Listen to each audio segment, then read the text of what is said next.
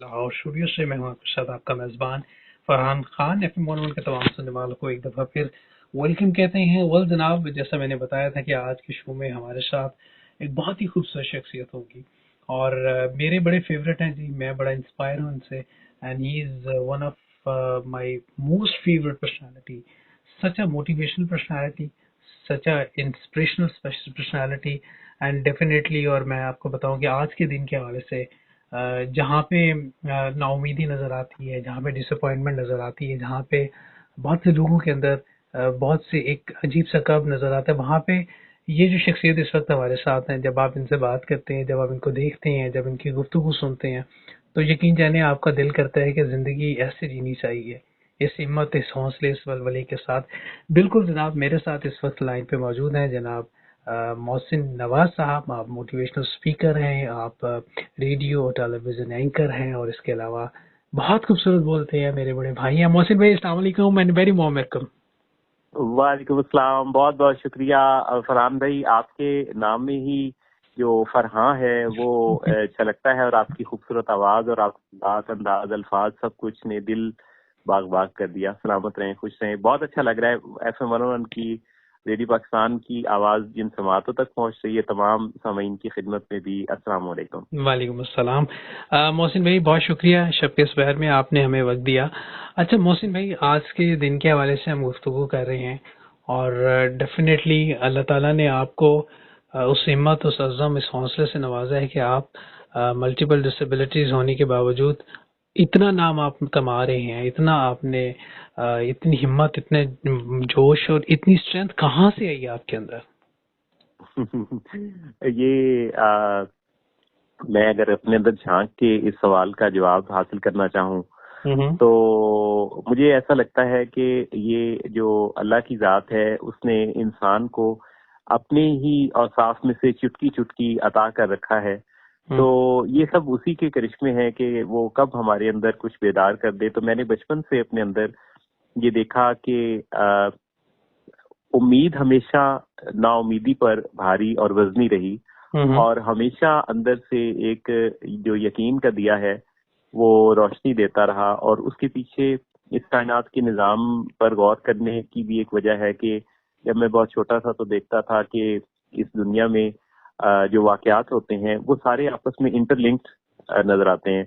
यानी इंसान की अक्ल जितनी भी बुलंदियां तय कर जाए, लेकिन हर दौर में, हर वक्त में इंसान को महव हैरत रखने के अनासिर सोसाइटी में, माशरे में, लोगों में, इंसानों में आप नजर आते हैं जा बजा। जी हाँ। तो मुझे हमेशा से ये ख्याल मेरे अंदर रहा कि अनहोनी में से होनी और होनी में से अनहोनी जन्म लेती है। क्या बात है, क्या बात है, बहुत खूब।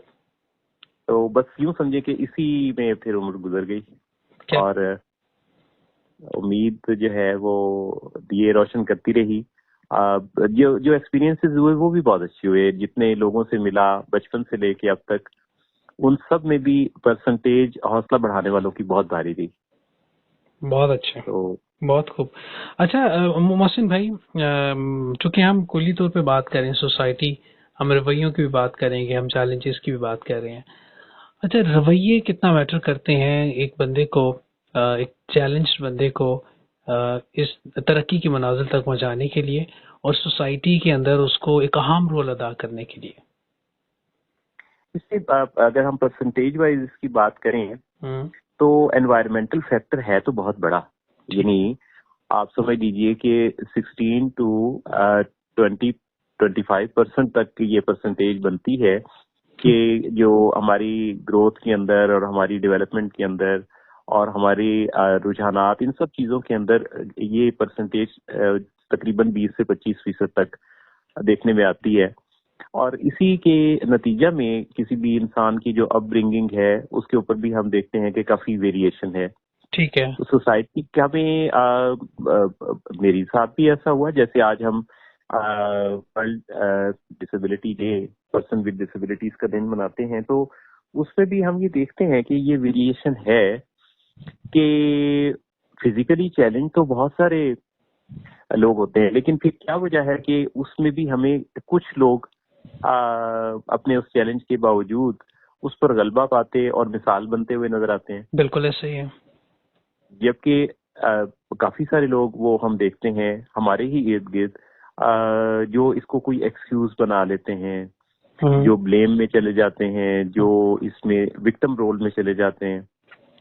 तो इंसानों के अंदर टुवर्ड्स सिचुएशन रिस्पांस देने की जो वेरिएशन हम देखते हैं, उसमें कलील तादाद उन लोगों की है फिर जो प्रोएक्टिव अप्रोच रखते हैं, आगे बढ़ के जिम्मेदारी खुद टेकअप करते हैं। ठीक है, ठीक है। अच्छा, इस जिम्मेदारी के अंदर मुझे ये बताइए कि रोल जो होता है उसमें बुनियादी तौर पे तो स्टार्ट होता है आपके घर से, आपके फैमिली का रोल, आपके पेरेंट्स का रोल बड़ा मैटर करता है। सो आपको क्या लगता है कि पेरेंट्स की भी जमाना जो हमें जरूरत है कि उनकी ग्रूमिंग भी की जाए, मतलब सोसाइटी को, कि वो अपने, अगर आपके घर में कोई चैलेंज बच्चा है तो उसकी अपब्रिंगिंग कैसे करनी है, उसको किस तरह आपने आगे लेके चलना है, ये भी मैटर करता है। आपने कितना कितना अहम नुक्ता उठाया। असल में मैं कई दफा मुख्तलिफ जगहों पे ये बात कह चुका हूँ कि साल में बच्चे स्कूल जाते रहते हैं, लेकिन जिन दिनों उनको वोकेशंस होती हैं उन दिनों में पेरेंट्स की वहाँ क्लासेस होनी चाहिए। बिल्कुल ठीक।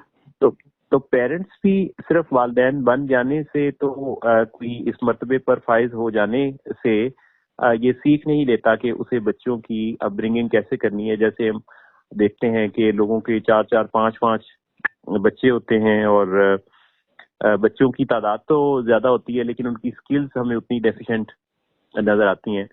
तो बेसिकली तो ये सीखने का ही काम है। तो वालिदैन का असर बहुत ज्यादा है इसमें, ज़ाहिर जीन्स का फैक्टर भी है, एनवायरमेंटल फैक्टर भी है, फिर उनकी विल और स्किल और ये सब कुछ।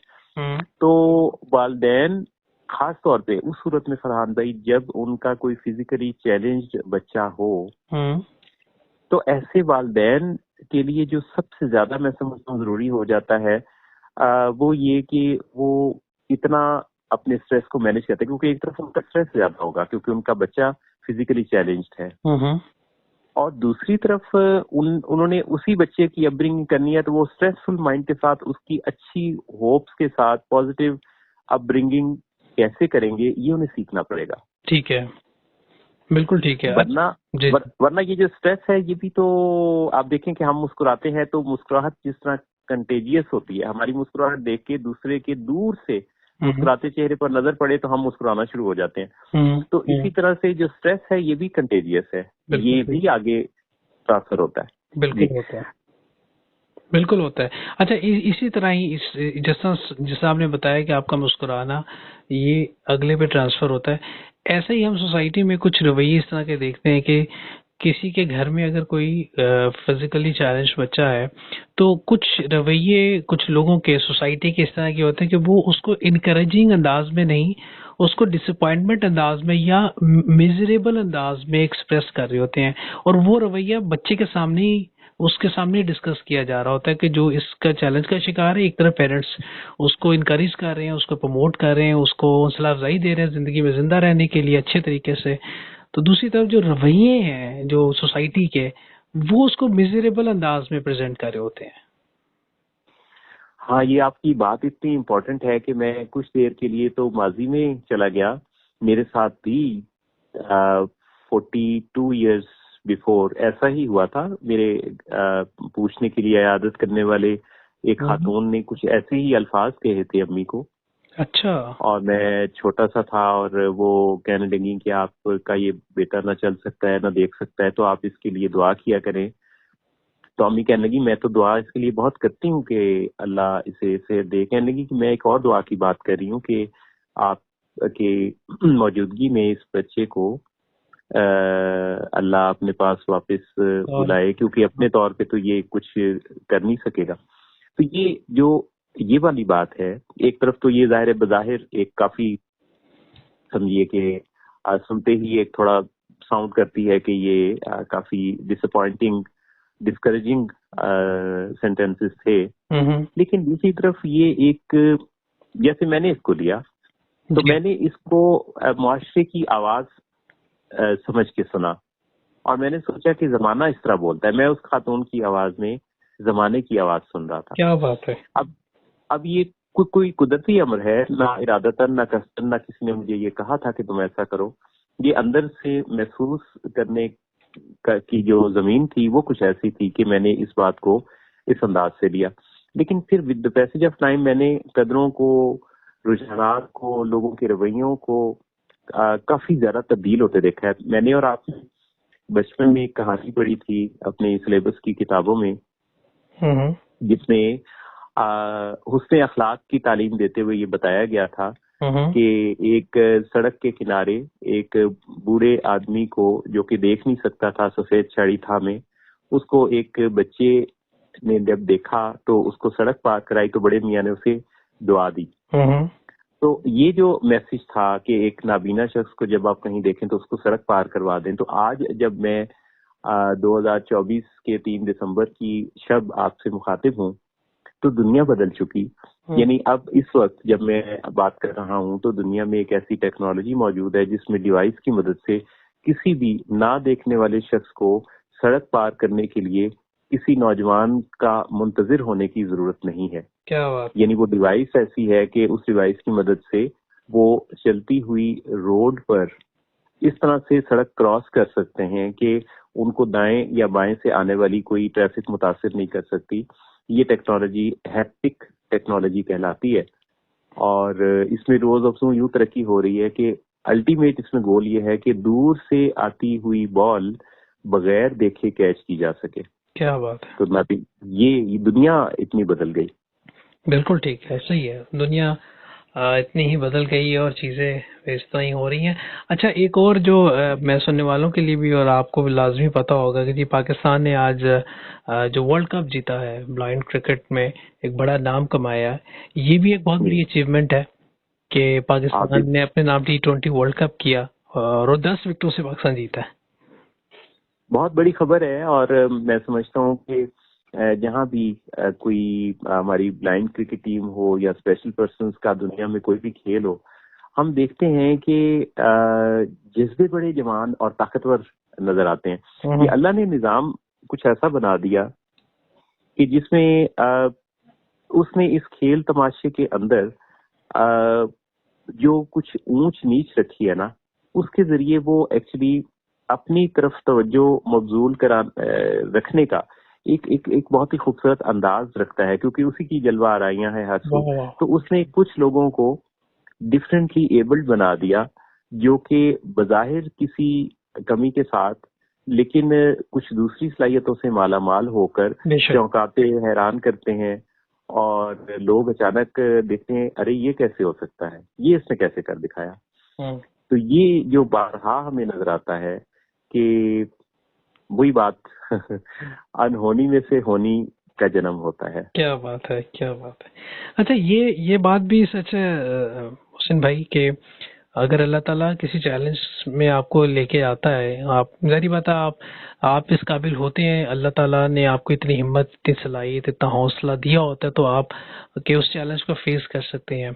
अच्छा, उसके साथ साथ जो टैलेंट होता है, अल्लाह ने अगर एक आपको किसी चीज में अगर कोई चैलेंज है तो दूसरी तरफ अल्लाह ने बहुत सा टैलेंट भी दिया होता है। सो उसको कैसे एक्सप्लोर करें।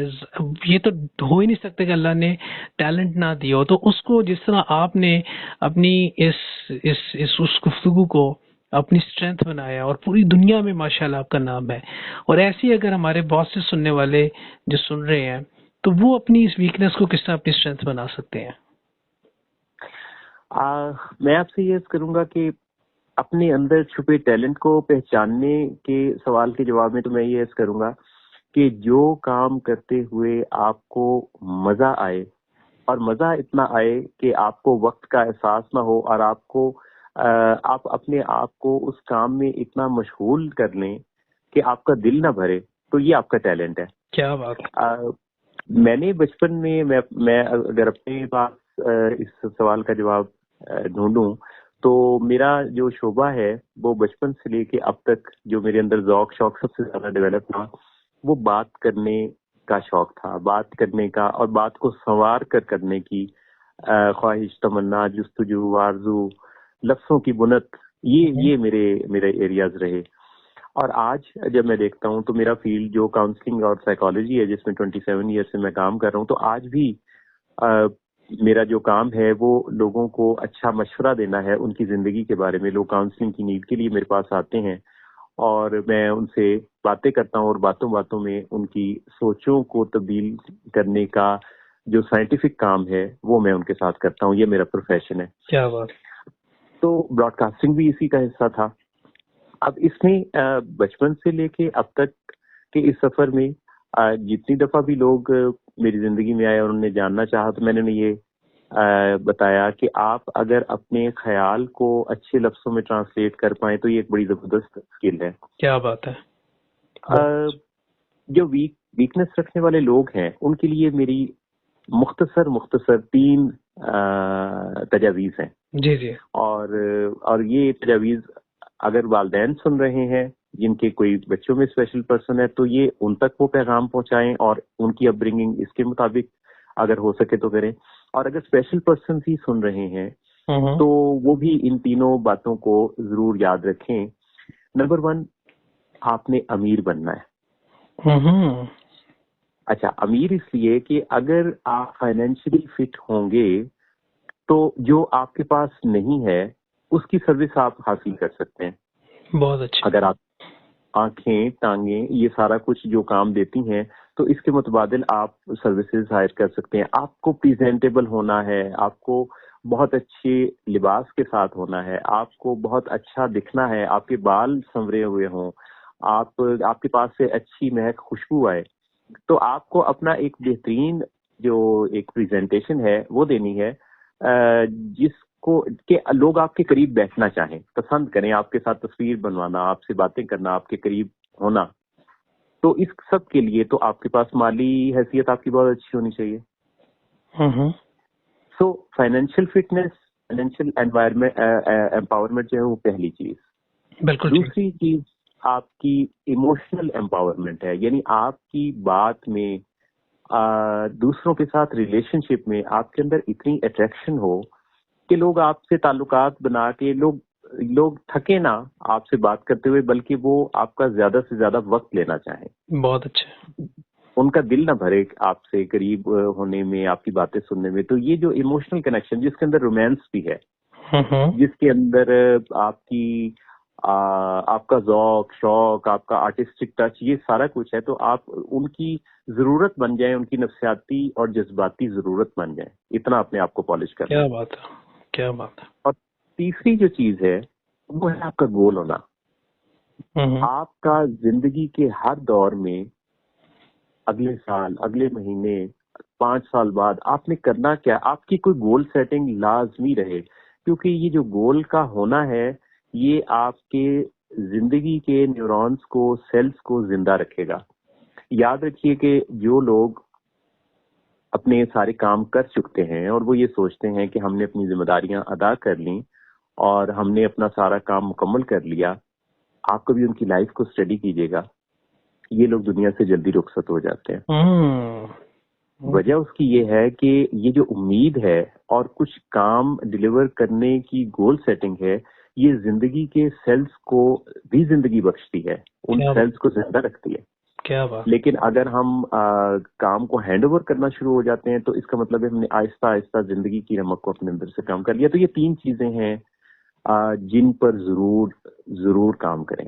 अब मोहसिन भाई, ये 3 चीजें तो सबको करनी चाहिए। हर बंदे को जरूरत है इन 3 चीजों की कि अपने अंदर इम्प्रूवमेंट पैदा करे। और जो आपने जहां तक बात की ना, दिल ना भरे, आपकी पर्सनालिटी में इतना चार्म, करिश्मा होना चाहिए।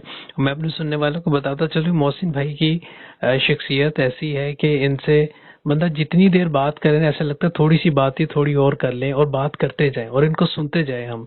और जिस अभी हम आपको सुन रहे हैं, हमारा दिल कर रहा है कि आप बोलते जाएं और हम आपको सुनते जाएं। ये अल्लाह ताला ने आप पे खास करम, और आपने अपने आप को इतना अच्छे से ग्रूम किया है कि माशाल्लाह दिल करता है कि आपको सुनते रहें, आप बोलते रहें, क्योंकि आप बहुत अच्छा बोलते हैं।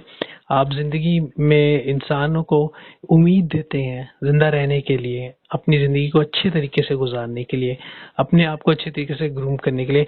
अच्छा मोहसिन भाई, मुझे लास्टली ये बताइए, इन्फीरियरिटी कॉम्प्लेक्स जो होता है, एहसास कमतरी का जो शिकार होता है, उसको कैसे खत्म किया जा सकता है? एहसास कमतरी जो है हमारे अंदर बहुत दफा किसी खास हवाले से पैदा होता है, एन उस वक्त जब एहसास कमतरी या एहसास महरूमी पैदा होता है, उसकी पैरेलल एक चीज चल रही होती है। वो चीज ये है कि आप मुनफरिद और मुमताज भी हैं किसी भी हैसियत में, यानी जो एहसास महरूमी में मुब्तला होगा या एहसास कमतरी में मुब्तला होगा, उसकी जो यूनिकनेस है वो खासी यूं समझ लीजिए कि बाकी इंसानों में उसको मुमताज कर सकती है। इसके कुछ इशारे दिए हैं कुदरत ने, जैसे थंब इम्प्रेशन से लेके आप देखें कि हर शख्स का उस्लूब, सोचने का अंदाज कुछ ना कुछ मिलते जुलते होंगे, पर कुछ ना कुछ उसमें फर्क हर दूसरे इंसान में है जरूर। तो आप जिस मॉडल में भी हैं, आपके अंदर एहसास महरूमी है, आपके अंदर एहसास कमतरी है, तो ये आप कंपेयर कर रहे हैं किसी उस दूसरे शख्स के साथ जिसको आप अपेरेंटली किसी और जगह पे किसी और स्टेटस के साथ देख रहे हैं, लेकिन जिसकी नजर आपकी तरफ है, यानी एहसास कमतरी में मुब्तला शख्स की तरफ है, वो इसी कायनात में कोई दूसरा फर्द है और उसके लिए आपकी शख्सियत ऐसी है कि वो आपसे कंपेयर कर रहा है और वो एहसास कमतरी में है। लिहाजा एहसास कमतरी या एहसास बरतरी, ये दोनों ही यानी मैं बिला मुबालगा ये बात अर्ज करूंगा कि ये दोनों ही एहसास रियलिटी से उस तरह से कनेक्टेड नहीं मुझे नजर आते, क्योंकि हर इंसान की इंडिविजुअल कैपेसिटी है, मेरी, आपकी, हम सबकी। हम आपस में कंपेयर होने के लिए नहीं है। हम रंग हैं इस दुनिया के, हम इसकी खूबसूरती में इजाफा करते अरबों फूल हैं इस जहान के अंदर। तो हर एक का अपना एक जायका, अपनी खुशबू और अपना अंदाज है। चुनाचे अगर आपने कंपेयर करना है तो अपने गुज़िश्ता दिन से या अपने गुज़िश्ता महीने, साल से आप कर सकते हैं, अपनी ही शख्सियत से कर सकते हैं कि आपकी ग्रोथ कैसी है या आपके अंदर। तो एहसास कमतरी में मुब्तला होना तो गोया अपने आप को स्टक कर लेना है अपने वो मुझे शेर याद आ गया, दिलो दिमाग जरूरी है जिंदगी के लिए, ये हाथ पांव इजाफी सहूलियात समझ। तो जितना भी फर्क है वो इंसान के दिल और इंसान के दिमाग का है। तो अगर आपका दिल और आपका दिमाग, अगर आप उस तरफ नजर डालें तो आपके अपने अंदर कितनी इंफरादियतें आपको नजर आने लगेंगी। सो एहसास कमतरी में मुब्तला होकर अपनी जिंदगी के कीमती खूबसूरत लम्हों को कम मत कीजिए, जाया मत कीजिए। क्या बात है। आपको अल्लाह ने इंसान और एक बहुत खूबसूरत शाहकार बनाया है। अपने आप को इन सारी कदरों मंजिलत के साथ रूशनास करने के लिए सबसे ज्यादा तो अपने अंदर झांकने के अमल को दोहराइए और हर रोज अपने साथ कुछ देर मकालमा और अपने ऊपर कुछ तायराना नजर जरूर डालते रहिए कि आपका मुमताज होना आपको नजर आना शुरू हो जाएगा। क्या बात है, बहुत खूब, बहुत खूब, बहुत खूब, जबरदस्त जबरदस्त। मोहसिन भाई, दिल नहीं भर रहा लेकिन वक्त कह रहा है कि आपसे हमने चाहनी है इजाजत। इस उम्मीद के साथ और इस वादे के साथ इंशाल्लाह आपसे दोबारा बात होगी। और हमारे सुनने वालों के लिए आज की जो गुफ्तगू है, मैं समझता हूँ ये एक सनद है और ये एक ऐसी गुफ्तगू है जो कि हम सब के लिए एक अच्छी जिंदगी गुजारने के लिए, एक मोटिवेशनल जिंदगी गुजारने के लिए, इंस्पिरेशनल जिंदगी गुजारने के लिए आपके जो अल्फाज थे ना, उसको हमें बार बार सुनना चाहिए। Sir thank you so much, बहुत शुक्रिया। बहुत बहुत शुक्रिया। मैं बस आखिरी एक ये बात कहना चाहूंगा कि ये जो फरहान खान है ना, ये बहुत ही खूबसूरत इंसान भी हैं और मेरे बहुत ही प्यारे दोस्त भी हैं। इन्होंने मेरे बारे में जितने पॉजिटिव अल्फाज कहे, ये यूं समझ लीजिए, राज की बात आप सब सुनने वाले दोस्तों को बताता हूँ कि ये इनके अंदर से आने वाली वो आवाज थी जो ये अपने ही बारे में कह रहे थे, क्योंकि अल्लाह ने इनको इतने अच्छे औसाफ से नवाजा। मैं जब भी इनसे मिला, जब बात की, इन्होंने मेरा हौसला बढ़ाया, इन्होंने मेरा दिल बड़ा किया और इन्होंने मुझे ये फील दी। इनके अंदर खास बात ये है कि जब भी कोई इनसे मिलता है तो वो अपने आप को बड़ा महसूस करने लगता है। तो और बड़े आदमी की पहचान ये होती है कि उसके पास बैठने वाला अपने आप को बड़ा महसूस करने लगे। मोहसिन भैया शुक्रिया, थैंक यू सो मच, बहुत बहुत शुक्रिया जी आपका, थैंक यू सो मच, बहुत शुक्रिया जनाब।